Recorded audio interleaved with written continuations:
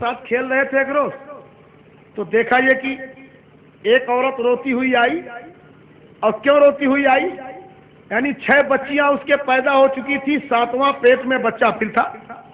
تو اس کے شوہر نے کہا اپنی بیوی سے کہ 6 بچیاں تجھ سے پیدا ہو چکی ہیں، اگر 7ویں بچی اگر تجھ سے ہوئی نا تو تیرے ہاتھ پیر توڑ دوں گا اور تجھے طلاق دے کے بھگا دوں گا. اب وہ عورت اس جستجو میں ہے کہ یا اللہ کوئی بتانے والا مل جائے کہ پیٹ کے اندر کیا ہے. کسی نے بتایا کہ شیخ ابو صالح دوست جنگی غوث اعظم کے جو باپ ہیں، والد محترم ہیں، وہ صلاحیت رکھتے ہیں، بتا دیتے ہیں کہ پیٹ کے اندر کیا ہے.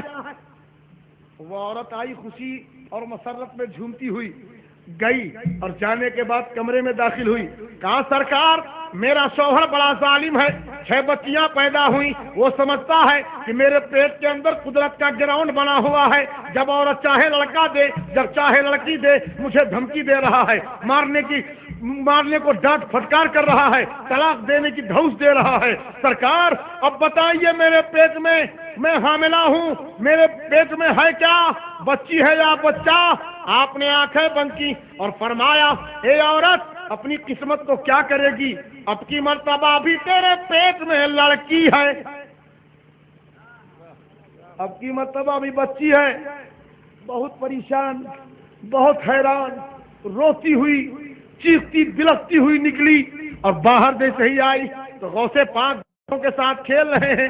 دوڑ کر کے عورت کا دامن پکڑ لیا. اے عورت کہاں آئی تھی تو؟ آئیے ہنستی ہوئی جا رہی ہے روتی ہوئی. یہ وہ دربار ہے کہ لوگ روتے ہوئے آتے ہیں، ہنستے ہوئے جاتے ہیں. ارے تو اس دربار سے مایوس جا رہی ہے. کہا ارے تم بچے ہو بیٹے، اب اس مسئلے کو تم نہیں سمجھ سکتے، میں یوں ہی پریشان ہوں، مجھ پریشان حال کو اور زیادہ پریشان مت کرو، میرے دامن کو چھوڑ دو. کہا نہیں تمہیں اپنا حال بتانا پڑے گا.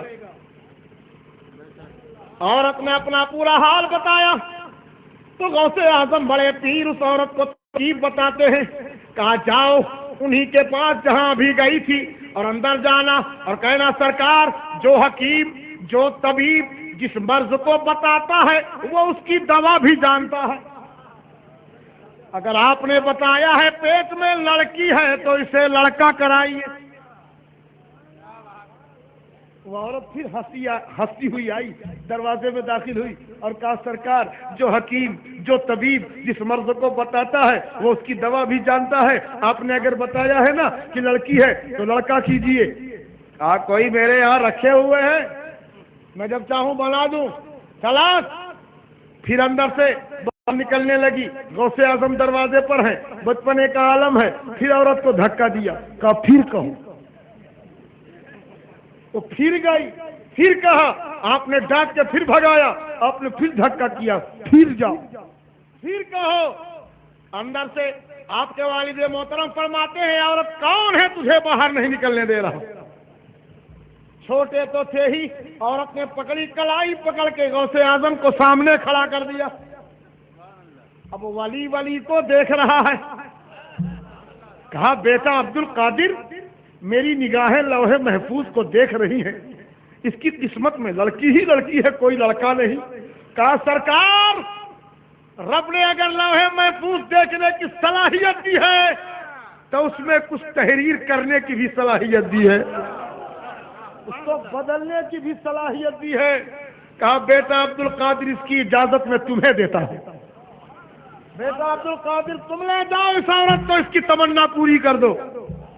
عورت کا ہاتھ پکڑ کے غوث اعظم باہر لائے اور کہا سن میری بہن اب تک تو ایک ہی لڑکے کا مسئلہ تھا، ارے جا اپنے گھر خوشی ہو کر، تیرے پیٹ میں جو ہے ارے اس کو تو لڑکا کر ہی دیا، جو 6 گھر میں چھوڑ کر آئی ہے اسے بھی لڑکا کر دیا.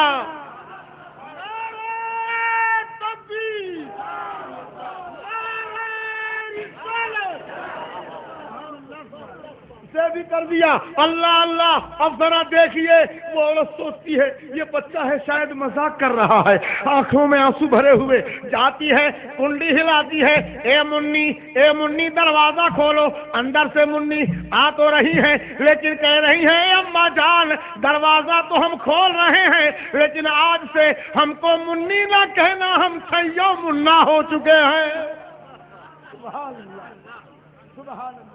یہ ہے غوث اعظم کا جلوہ، یہ ہے غوث اعظم کی 11ویں، یہ ہے جشن غوث الورا کا فیضان۔ سبحان اللہ، سبحان اللہ۔ ہمیں ٹھوکروں میں زندگی بستی تھی۔ کچھ لڑکے کھیل کھیل رہے تھے، لٹا دیتے تھے، زمین پہ لا کے لیٹ جاتے تھے، آنکھ بند کیے رہنا، مر جاؤ، سب کے سب آنکھ بند کر لیتے تھے، زندہ ہو جاؤ تو آنکھ کھول کے بیٹھ جاتے تھے۔ یہی کھیل ہو رہا تھا، غوث اعظم بھی تھے اسی میں۔ ایک عورت کا لڑکا مر گیا، وہ عورت چیختی چلاتی پھر رہی تھی، ایک آدمی اس کھیل کو بیٹھ کے دیکھ رہا تھا، اس نے عورت کو اشارے سے بلایا اور چپ چاپ سے اس سے کہا سنو اپنے مرے ہوئے لڑکے کو لے آؤ۔ کہا کیوں؟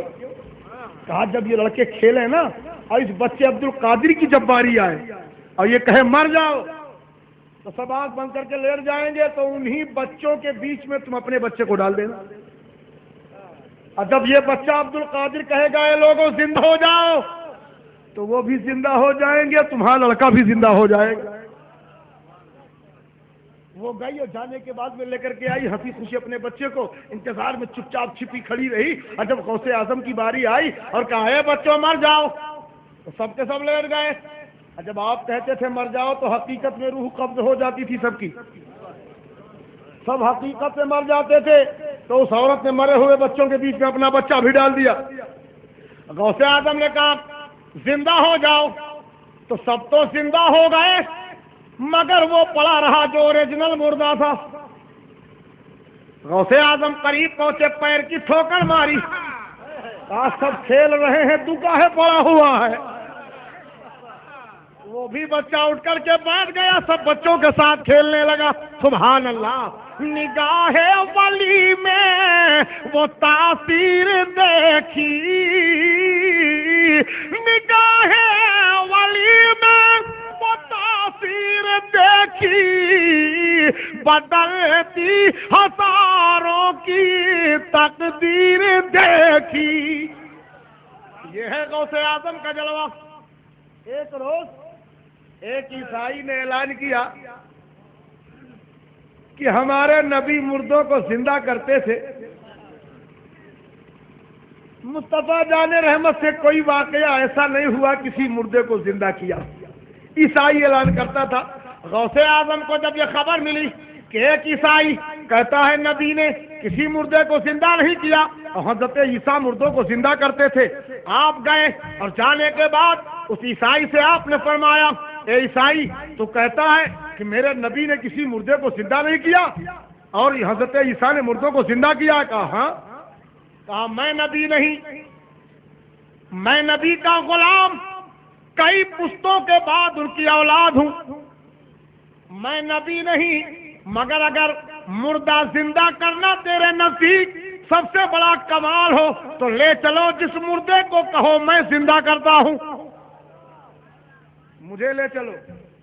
وہ عیسائی سوچنے لگا کہ اب ان سے کوئی تازہ تازہ مردہ نہ زندہ کرایا جائے، کوئی باسی جو 100-200 برس کا ہو چکا ہو، جس کی ہڈی کا بھی پتہ نہ ہو، گیا ایک پرانی قبر میں کھڑا ہو گیا۔ غوث اعظم کی طرف اشارہ کیا آپ اسے زندہ کر دیجئے۔ غوث اعظم فرماتے تو جانتا تھا کہ یہ کون ہے؟ کہا یہ سب میں نہیں جانتا، میں سنتا ہوں کہ میرے علاقے کی سب سے پرانی قبر ہے۔ غوث اعظم فرماتے یہ اپنے وقت کا قوال ہے۔ کیا ہے؟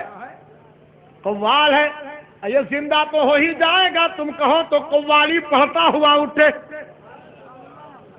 اور اچھی بات ہے۔ آپ قریب پہنچے قبر کے، کہا تمہارے نبی جب مردے کو زندہ کرتے تھے تو کیا کہتے تھے؟ کہا ہمارے نبی کہا کرتے تھے قم باذن اللہ، اے مردے زندہ ہو جا اللہ کے حکم سے، بس مردہ زندہ ہو جاتا تھا۔ غوث اعظم قبر کے قریب کھڑے ہوتے ہیں، کھڑے ہونے کے بعد قبر کی طرف نگاہ ڈالتے ہیں آپ کے چہرے پر جلال کے آثار نمودار ہوتے ہیں. قم باذن اللہ فرماتے ہیں قبر نہیں شک ہوتی، قم باذن اللہ قبر شک نہیں ہوتی. غوث اعظم کو جلال آیا، قبر پر ایک ٹھوکر ماری اور قم باذنی، مردے زندہ ہو جا میرے حکم سے. قبر پھٹتی ہے، مردہ اٹھتا ہے اور قوالی پڑھتا ہوا غوث اعظم کے قدموں پر نثار ہو جاتا ہے. نگاہ ولی میں وہ تاثیر دیکھی، بدلتی ہزاروں کی تقدیر دیکھی. غوث اعظم سے سچی عقیدت رکھنے والوں پیارے، میں نہیں، میرے باپ نہیں، وقت کے مجدد اسلام نے بارگاہ غوثیت مآب میں عرض کیا سرکار تجھ سے در سے سگ سے ہے مجھ کو نسبت، میری گردن پہ رہے دور کا ڈورا تیرا. اس نشانی کے جو سگ ہیں نہیں مارے جاتے، حشر تک میرے گلے پر رہے پٹا تیرا. سبحان اللہ. گلے میں پٹا سمجھتے ہیں آپ لوگ نا؟ اگر نہ سمجھ رہے ہو تو صرف اتنا سمجھ لیجئے کہ کتے کے گلے پہ پٹا دیکھا ہے آپ نے؟ جب کسی کا پالتو کتا ہوتا ہے تو گلے پہ پٹا ڈال دیا جاتا ہے. کتے بھی دو طرح کے ہوتے ہیں، ایک پالتو اور ایک فالتو. میں کانپور میں تقریر کے لیے جا رہا تھا تو دیکھا کہ دو کتوں نے ایک بکری پہ حملہ کیا، ایک کو لوگوں نے جان سے مار دیا، ایک کو ہاتھ نہیں لگایا. میں نے پوچھا بھائی یہ ظلم کیوں کیا؟ ایک کو مار ڈالا ایک کو نہیں چھوا. کہا مولانا آپ عامل کامل آدمی ہیں، پڑھے لکھے، آپ سمجھدار کم ہیں. میں نے کہا کیوں؟ کہا آپ کو معلوم نہیں کہ دو کتے ہیں لیکن دو طرح کے ہیں. میں نے کہا کیسے؟ کہا ایک اس میں پالتو ہے ایک فالتو ہے. تو جو فالتو تھا اس کو مار دیا، جو پالتو تھا اسے چھوڑ دیا. اس کے مالک سے اس کی شکایت کریں گے. میں سوچنے لگا اللہ اللہ، ایک دنیا دار کی غلامی کا پٹا اگر کتے کے گلے میں آ جائے تو کتا دنیا کے ظلم سے بچا لیا جائے، تو جب ایک جانور کے گلے میں دنیا دار کی غلامی کا پٹا ہو تو اس کی حفاظت ہوتی ہے. تو جس کے گلے میں غوث اعظم کی غلامی کا پٹا ہوگا وہ یہاں بھی کامیاب ہوگا، وہاں بھی کامیاب ہوگا. اس غلامی کے جو سگ ہیں نہیں مارے جاتے.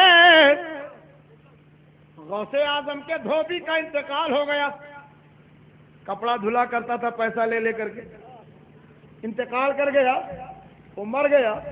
محلے کے لوگ اس کو دفن کر کے چلے آئے. جب چلے آئے دفن کر